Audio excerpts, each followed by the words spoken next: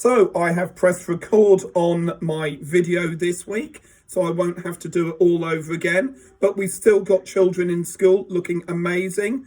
Welcome children at home. I hope that you're well, and let's start this Hillfort assembly in exactly the same way as we always do, with a good morning, Liscard Hillfort. Good morning, everyone. I do hope that you're well, whether you're sitting at home, kitchen table, in the lounge, something like that, or whether you're sat up as beautifully as Mrs. Wood's class, and I can see Miss Fox's class moving the camera. That's perfect, well done. I really hope you're well. I don't know if you can tell, I'm a little bit damp. I've been out on the gate, it's been rainy, but what fun. Did anyone see the full moon last night? It was a wolf moon, and the clouds were going past it, and it was absolutely magnificent. If you get a chance to get out there today in the wind, it's great fun. It does give you wet socks, but oh, goodness me. So, what a week. I know, especially for those of you who are at home, you have been persisting and trying hard with Google Classroom. Any new technology is not easy. I'm going to tell you a secret. Something about Cook Towers. I've got a new watch on. This is my little treat to myself, or quite big treat to myself. And I spent all of last night trying to work out how it works. And I think I'm getting there. It's a running watch that has maps on it. And I got quite frustrated. I wish I just kept my old watch, I was saying. Emily, my wife, was looking at me. You've gone mad, she's thinking clearly. And then I got there eventually. So if you're battling with Google Classroom, keep it going. Mr. McGurr sent out a help video, and keep going at it. I'm sure you'll get there. So we missed out a little bit this week, didn't we, on snow? Who likes a snowball fight? Oh, I can see lots of children at Hillfort putting their hands up. Who likes to make one of those big snow angels? Is that quite fun? And we didn't get any of it. It's just as well we live in one of the most beautiful counties in the country, isn't it? Yeah. Hopefully you'll get a chance to get out, maybe at the weekend, get out for your exercise. You can go a little way to the beach, can't you? You can't go miles. We're not allowed to do that. But hopefully you can get outside and do something like that. And the big news from this week is that we've had some visitors. They haven't actually come to school, but for the last 2 days, the teachers and myself and some of the children, I can see some of the children who are actually there at school, have been sat at their computer talking to inspectors. We haven't got the letter yet, but it's a really lovely letter. It's a wonderful letter about the school and about the teachers and about the children in it. It's a really wonderful letter. Parents at home, those of you watching this now, I can't wait to share that with you. That will be in a couple of weeks. But one thing I thought was hugely impressive was that a lot of the parents, 43, had filled in a survey. They'd gone on their computer and filled in a questionnaire. And of the 43 said that they would recommend Hillfort to anyone else. And that's huge, and that's amazing, and that's really a testament. That's all the work the teachers do. That's all the work the children do. Coming together, Team Hillfort. Absolutely fantastic. And while we're on the topic of absolutely fantastic, let's get another Rockstar badge out. That's pretty cool in its packet. That's gone to Ollie from Miss Fox's class. I don't use surnames online if I can help it, but Ollie, you know who you are, and that will be coming out to you. That's superb. Put that to one side, try not to lose it. And I have got a lot of certificates to give out. Take a deep breath. I have got in Year 6 Isaac for his fantastic work in geography on Iceland. An incredible place. I'd love to go to Iceland. I've never been. To Nikki for excellent engagement. And then we drop all the way down to Year 1 to Casey for counting in threes. without even being taught. That's bonkers, and it's bonkers brilliant. Well done. And to Harriet for choosing more work, and the word used was stunning. Stunning. Don't think anyone's ever described me as stunning. Well done, Harriet. And Miss Tandy has emailed me this morning, and her nominee, her suggestion is Charlie. Well done, Charlie. And then I've got all of the actual certificates. I'm waving them here, and they're in a higgledy-piggledy order. But we've got Phoebe in Mrs. Wood's class. You have worked fantastically. I'll look at this camera because it's home learning, and I'm proud of you. So's Mrs. Wood. Put that to one side. Extra scoop of ice cream this weekend. Oh, lovely. Mrs. Wade has gone for Amelia. And that's for a video of a retelling of the Peter and the Wolf story. I love Peter and the Wolf. Listen to the music on that. Fab. Fantastic handwriting. Well done, Isabella. Fantastic handwriting. Mrs. Owen was super impressed. To young Joel for writing, using his writing to great effect. That's from Mrs. Powell in year 4. Tick, tick. To Brooke for showing great courage this week. I know exactly what that was about. So well done, Brooke. Really well done. So that's signed by Miss Powell, but obviously 4cc, Miss Colwell's class. Jazia for amazing effort with home learning. Turn to this camera.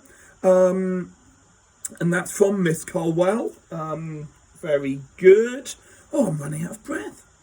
Ivy, and that's from Mr. Larkham. You have stepped out of your comfort zone. Really well done. So I don't know what that's about. I will find out from Mr. Larkham today before I give you your certificate.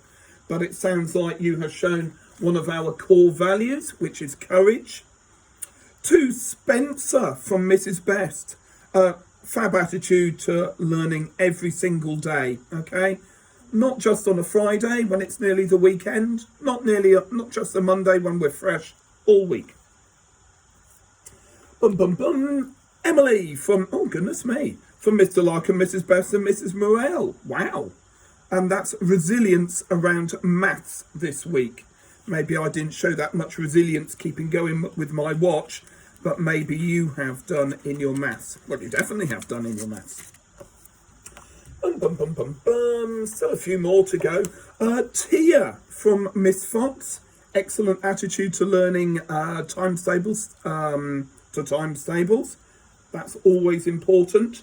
7 7s, 4 4s, 2 2s. To Evie, and this is a home one from, again, Miss Fox. That's an excellent attitude to learning. Well done. And to young Jacob from Mr. McGurr, going over and above with your home learning.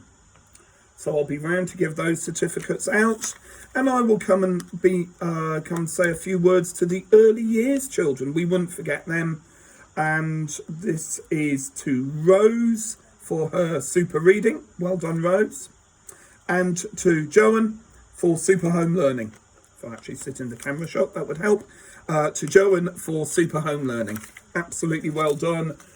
Huge high fives all round, virtual high fives all round. And as I say, extra scoops of ice cream or some other treat, I'm sure.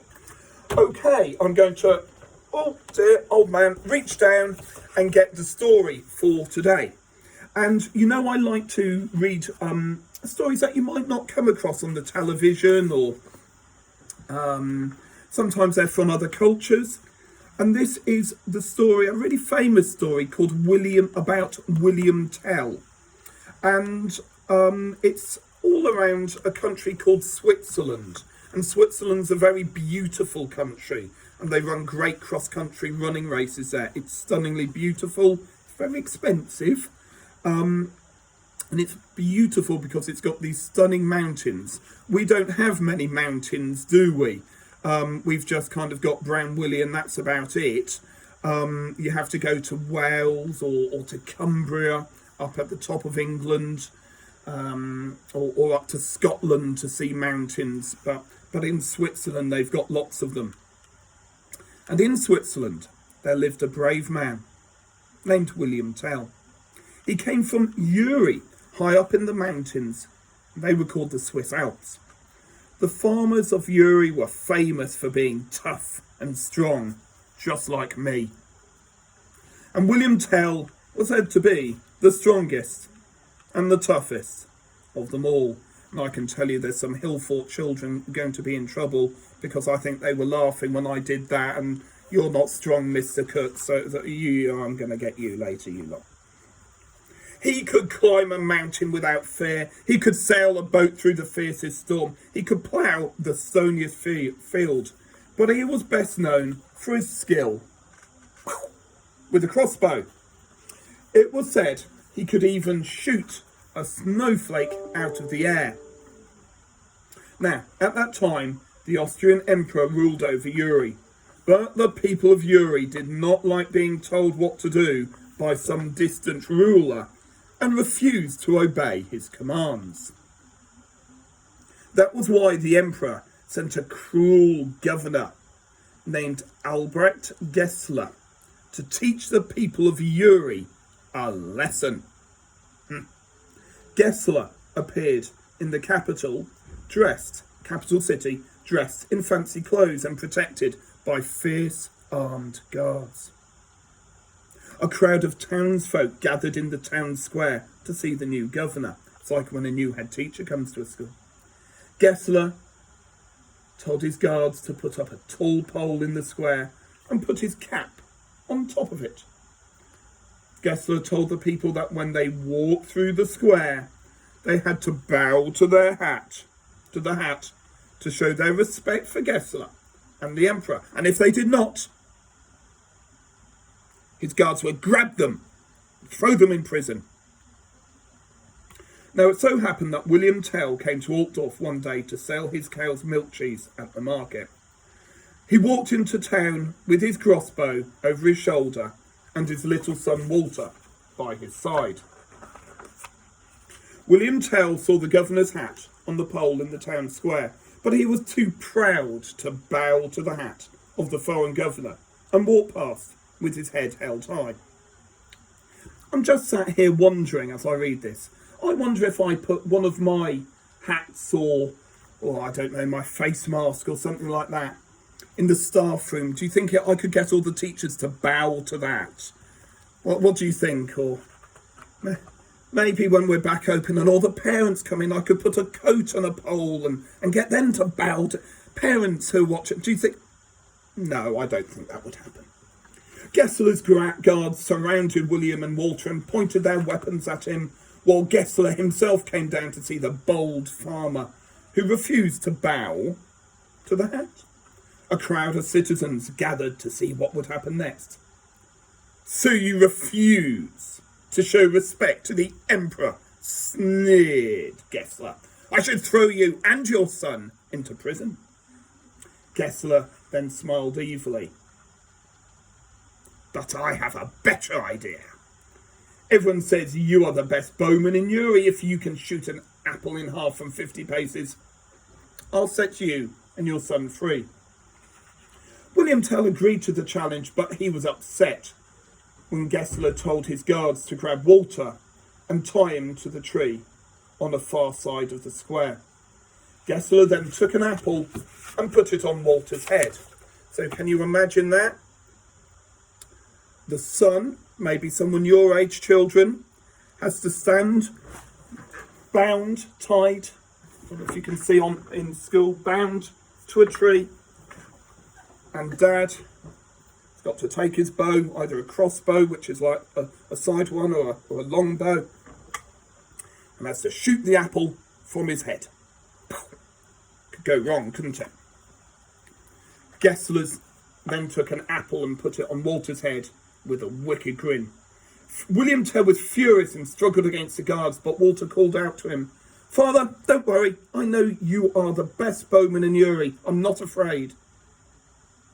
On hearing this, William Tell calmed down. He pulled out his bow and two of the heavy bolts that it shot, he loaded one in his crossbow and put the other in his belt. He carefully took aim at the apple and saw how calm Walter looked. The crowd watching in the square held its breath. When he shot the crossbow, the bolt flew through the air and hit the apple dead centre, splitting it into two. Everyone in the... and there we go. There's a picture. I don't know if you can see that.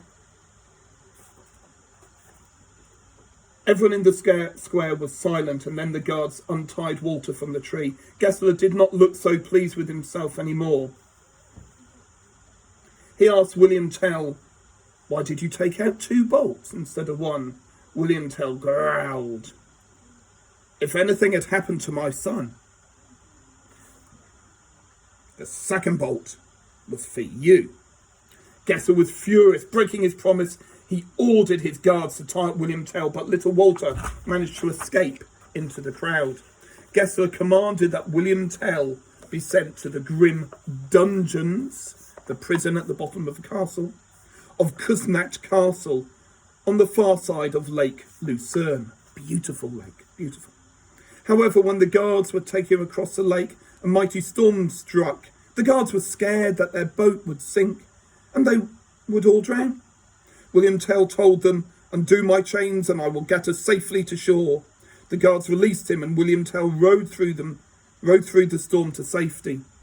When they reached a great stone slab on the shore, William Tell pushed the guards aside and leapt ashore. Before they could pick themselves up, he had disappeared into the mountains. Gessler sent guards to hunt for William Tell, but they never found him. Stories of how he had embarrassed, made the Austrian governor look silly, inspired the people of Uri to rebel against the Austrians, and it made him into a hero.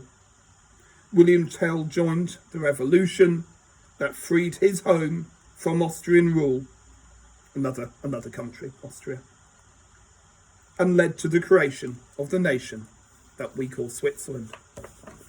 So, slightly longer story for you today, but that's all good. Who doesn't love a story? And that's all from today. It's been a really good week here at Hillfort. Thank you to all of you children that have worked hard. Thank you all of you parents, especially you parents at home, who keep supporting us and are doing battle with Google Classroom and reading and all of those other things. Thank you for everything you're doing. And simply remains for me to say, have a safe but lovely weekend. Look after yourself, children in Hillfort. Look after yourself, children at home. Bye-bye now.